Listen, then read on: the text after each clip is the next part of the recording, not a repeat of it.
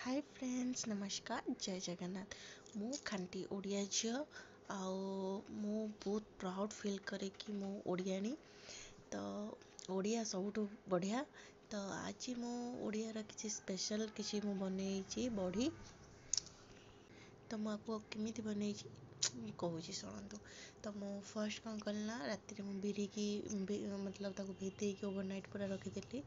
सकाळे उठिकी ताको मु fast grinder करदेली grinder कर सारिकी ताको अपन हल्का टिके खदड़ रखिए नले जमा बड़ीटा भल बनइबनी एते भी खदड़ रखिएनी। तो तापर मु कखारु सुखेकी रखिदी पानी कखारु ता भीतर मु पानी कखारु मिसेइची आउ जीरा आउ सुखिला लंका बस एते आउ कौन मिसा जाए तो जानी मु बस एते ही जानी। तो तापर कौन करना मुझे जिते बड़ी पारू थाए मो छोट बड़ दिन कथा मन पड़ जाऊ थाए जिते मो माँ बड़ी पारुला। तो मु कौन करे ना शीत दिने जो प्रथमाष्टमी समस्त घरे बड़ी परा हुए। तो मु कौन करे ना माँ ठू टिके मतलब आण आनिकी ताकू पानी हाथ होइकी मतलब गोल गोल बड़ी पारे मो नहीं था माँ हाथ में केमी बड़ी पार्ची एत सुंदर मजारे मो माँ पारे बड़ी। तो मु जिते पानी देकी मु ताकू पारे ना से किसी समय पर फ्लैट हो जाए मतलब पूरा बोई जाए तो केवे भी पानी हाथ हेबेनी। तो एमती छोट बड़ दिन कथा सब भाविले मन पड़े।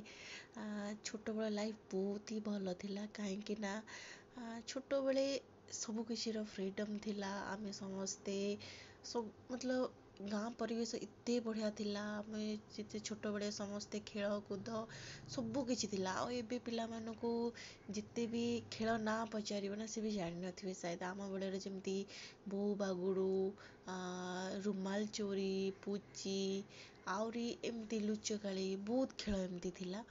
तो से सब दिन कथा भाविले बहुत मतलब ताको पैसा देले भी ताको आमे किनी परिबानी। हुए तो मते जदी एमती तो केबे हबनी जदी मते किए पचारिबो कि तते कौन दरकार मु तो फास्ट कहबी मते से छोट बड़ दिन फेरई दियो जे पैसा तो आमे किनी परिबानी कहीं से एते अमूल्य सबू से मेमोरी गुरा ना तो आमे केबे भी पैसा दे किनी परिबानी। तो से दिन गुरा मते बहुत मिस कर शायद समस्ते मिस करथिबे। तो आज बड़ी पाला बेले से कथा मन पड़े मतलब आमे खांटी ओडिया ना तो आम टिके पखाल भात गरम दिने खास करी पखाल भात बड़ी चूरा आलू भर्ता वही सब पूरा फेवरेट मतलब मते तो बहुत ही पसंद खास करी किसी सब्जी थाओ न थाओ जदि डाली आलू भर्ता बड़ी चूरा मोर मतलब समस्त कंफर्ट फूड समस्त के ही भल लगे। तो बड़ी जमती बैगण तरकारी बड़ी पकई दियो या फिर छुई आलू बड़ी बनई दियो से बास्नाटा उफ कि सुंदर लगे से तरकारी। आउ खास करी मन पड़ जाए मो मम्मी जिते रांधे एबे तो खाଇବା बहुत मुश्किल